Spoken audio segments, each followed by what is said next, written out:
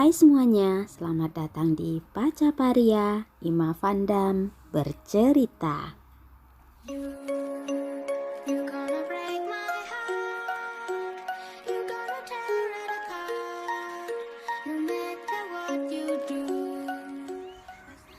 Nah, teman-teman sahabat ceriaku, hari ini aku akan bercerita tentang konsep hidup sederhana dan tetap produktif. Namun sebelum aku lanjut bercerita, aku akan memberikan dua hal yang kalian harus pilih. Satu, kalian hidup untuk nyari uang, atau kedua, kalian nyari uang untuk hidup. Mana sih pilihan kalian? Dan apapun pilihan kalian, coba kalian berpikir, apakah apa yang kalian lakukan saat ini sesuai dengan yang kalian pilih? Karena begini, kalau aku pribadi memang berprinsip kita hidup bukan untuk mencari uang, tetapi sebaliknya, yaitu kita nyari uang untuk menyambung hidup. Tetapi faktanya, walaupun kita paham akan hal tersebut, bahwa kita itu nyari uang untuk hidup, bukan sebaliknya. Faktanya banyak sekali orang-orang hidup untuk nyari uang. Mereka kerja, dan kerja. Sehingga mereka lupa bahwa hidup mereka di dunia ini ada batas waktunya. Kadang-kadang manusia itu hilaf. Manusia kadang-kadang berpikir mereka itu akan hidup selamanya. Sebenarnya untuk hidup sederhana kita itu hanya butuh 3 hal, yaitu sandang, papan, dan pangan. 3 hal ini waktu aku SD diajarkan di sekolah, bahwa kebutuhan pokok manusia itu ada 3 macam. Tadi sandang, papan, dan pangan. Sandang adalah pakaian. Dan dulu waktu aku masih kecil, aku punya baju itu sekitar 12 baju rumahan ya. 2 baju yang bagus untuk liburan atau pas lagi ada hajatan. Yang 10 baju buat main. Selebihnya seragam sekolah. Namun setelah menganjak dewasa, bisa nyari uang sendiri, bekerja sendiri, aku pribadi memang punya banyak baju. Itu sangat manusiawi pastinya. Punya baju 10, 20, 30 hingga 50 pun kita nggak pernah merasa puas. Apalagi lihat iklan model-model baju yang baru di TV, lihat di majalah, sepatu baru, model baru, dan lain sebagainya. Pastinya sebagai manusia kita itu memang selalu memiliki keinginan. Begitu juga dengan papan. Papan itu sejatinya rumah yang beratap, jadi melindungi kita dari panas, dari hujan. Tetapi makin kita dewasa, makin kita bisa mencari uang, kebutuhan papan ini tidak sesederhana itu lagi. Kita ingin memiliki rumah yang megah, rumah yang mewah, sama dengan tetangga, dan itu sangat manusiawi. Begitupun dengan pangan. Waktu kita hidup pas-pasan, makan 3 kali sehari, bahkan kadang-kadang sekali sehari. Namun setelah kita lebih bagus dalam perekonomian, manusia kadang-kadang rakus. Bukan cuma makan 3 kali, kadang 5 kali, 7 kali. Jadi memang sifat manusia itu seperti itu. Kalau kita mengikuti keinginan kita itu selalu kurang. Nah, di sini aku mulai belajar. Hidup sederhana justru setelah aku berada di Singapura. Di Singapura, bosku punya rumah megah, mewah, 3 mobil mewah, dan orang-orangnya sangat sederhana. Justru bosku mengajarkan aku untuk hidup sederhana. Bosku selalu berkata bahwa ingat satu hal, orang itu gak akan selamanya kaya dan orang itu gak akan selamanya miskin. Tergantung bagaimana mereka menyikapinya.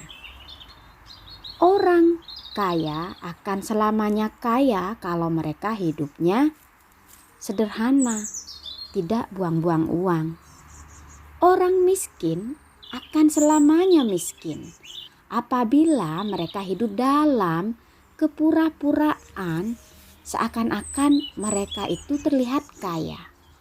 Jadi di sini bedanya antara orang kaya yang sesungguhnya dengan orang yang terlihat kaya. Aku belajar dari bosku saat aku di Singapura. Iya benar, bosku waktu di Singapura memang rumah megah, mobil mewah. Tetapi mereka sebenarnya bisa memiliki lebih dari itu, tetapi mereka tidak melakukan hal itu karena prinsip mereka hidup sederhana supaya mereka kaya selamanya. Ya, sederhananya mereka pastinya levelnya beda dengan sederhananya aku. Begitupun sederhananya aku mungkin beda dengan sederhananya kalian. Jadi sesuai kebutuhan. Begitu bosku di Singapura berkata pada diriku. Kemudian dari kata-kata bosku ini, aku melihat sekitaran. Ya memang benar. Setelah diperhatikan, banyak sekali orang yang terlihat kaya. Terutama di Indonesia, karena di Indonesia itu kaya itu bukan kaya benar-benar kaya, tetapi kaya di mata orang. Jadi si A melihat si B memiliki mobil, si A melihat si B gaya hidupnya wow, pakaiannya bagus, bermerek, tas yang branded. Tetapi apakah mereka tahu bahwa semua itu cicilan? Dan aku sempat kaget ketika aku melihat kehidupan yang sebenarnya. Memang banyak orang-orang terlihat kaya, tetapi sejatinya mereka banyak hutang. Rumah nyicil, mobil nyicil, barang branded pun masih nyicil. Demi apa? Demi terlihat wow di mata orang lain. Ya di sini aku mulai mikir bahwa kalau aku lebih baik hidup sederhana levelku, sesederhana senyaman aku, tetapi aku nggak ngutang, nggak bayar cicilan ini dan cicilan itu. Sejak itu aku berprinsip tidak apa-apa aku hidup sederhana asalkan aku nggak berhutang pada orang. Ya dan itu yang aku jalani. Selesai jadi TKW, aku balik ke rumah. Kemudian tidak betah di desa karena lingkungan yang tidak sesuai dengan yang aku inginkan. Dan hal ini memang banyak terjadi pada siapapun ya. Setelah kita itu merantau kemudian balik kampung, lingkungan di kampung tidak sesuai dengan otak kita yang sudah belajar banyak kehidupan di luar sana, lebih open minded. Orang di kampung tuh hidupnya lebih simple. Memang enak, tetapi kadang-kadang terlalu banyak orang di kampung itu jadi menteri urusan orang lain. Dan hal ini sangat mengganggu sekali. Dan dari situ aku pergi ke Bali.